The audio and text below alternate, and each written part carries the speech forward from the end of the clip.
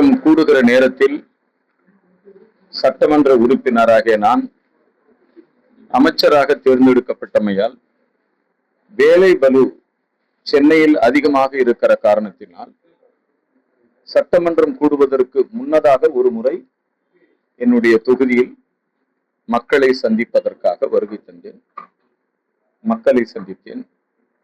முன்னாள் சட்டமன்ற அண்ணா திராவிட முன்னேற்ற கழகத்தினுடைய உறுப்பினர் திரு பெரியபுல்லான் அவர்களினுடைய புதல்வர் மறைந்து விட்டார் என்கிற செய்தி கேட்டு துக்கத்தில் நானும் அதில் பங்கெடுத்துக் கொள்வதற்காக வருகை தந்து பெரியபுல்லான் முன்னாள் சட்டமன்ற உறுப்பினர் அவர்களின் வீட்டுக்கு சென்று சட்டமன்ற உறுப்பினர் என்கிற வகையிலும் அமைச்சர் என்கிற வகையிலும் இந்த தொகுதியின் தேர்ந்தெடுக்கப்பட்ட மக்கள் பிரதிநிதி என்ற வகையிலும் என்னுடைய ஆழ்ந்த இரங்கலை அவருக்கு நான் தெரிவித்துக் கொண்டேன்.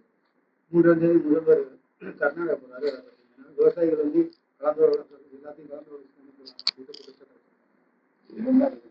இதுல என்ன இருக்கு? போய் வந்து கூட அனைத்து கட்சி கூட்டத்தை கூட்டி நடந்தவைகளை முதல்வர் அவர்கள் விளக்கலாம். தப்பு இல்லை. ஒரு முதலமைச்சர் மற்ற மாநிலத்தின் முதலமைச்சரை சந்திப்பது ஒன்றும் குற்றமே கிடையாது. புரட்சித் தலைவர் எம்ஜிஆரும் கர்நாடக முதல்வர் குண்டுராவ் அவர்களும் சந்தித்து பேசியதை நினைவு கூர்ந்திருக்கிறார்.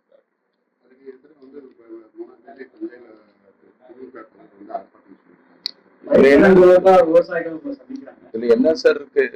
ஆர்ப்பாட்டம் நடக்கிறதோ போராட்டம் நடத்துறதோ ஜனநாயகத்தினுடைய தார்மீக உரிமை. போராடுவதற்கு எல்லா அரசியல் கட்சிகளுக்கும் உரிமை இருக்கிறது. ஆனால் மக்களால் தேர்ந்தெடுக்கப்பட்ட முதல்வர் அவர்கள் மக்களுக்கு தேவையான வாழ்வாதார பிரச்சனையான குடிநீர் பிரச்சனையை தீர்ப்பதற்காக முதல்வர் கர்நாடகம் செல்லுகிறார் என்கிற செய்தியே நல்ல செய்திதான். கர்நாடகாவில் வாழுகிற தமிழர்களும் தமிழ்நாட்டில் வாழுகிற தமிழர்களும் ஒன்றுபட்டு தமிழகத்தினுடைய முதலமைச்சரை வரவேற்க தயாராக இருக்கிறார்கள். மாண்புமிகு கர்நாடக முதலமைச்சர் என்னுடைய அன்பிற்குரிய சகோதரர் டி.கே. சிவகுமார் அவர்களும் மிக வாஞ்சையோடு தமிழக முதலமைச்சரை வரவேற்கிறார்கள். இரண்டு முதலமைச்சர்கள் சந்திக்கட்டும், பிரச்சனைகளை பேசட்டும், ஒரு நல்ல முடிவை எட்டட்டும்.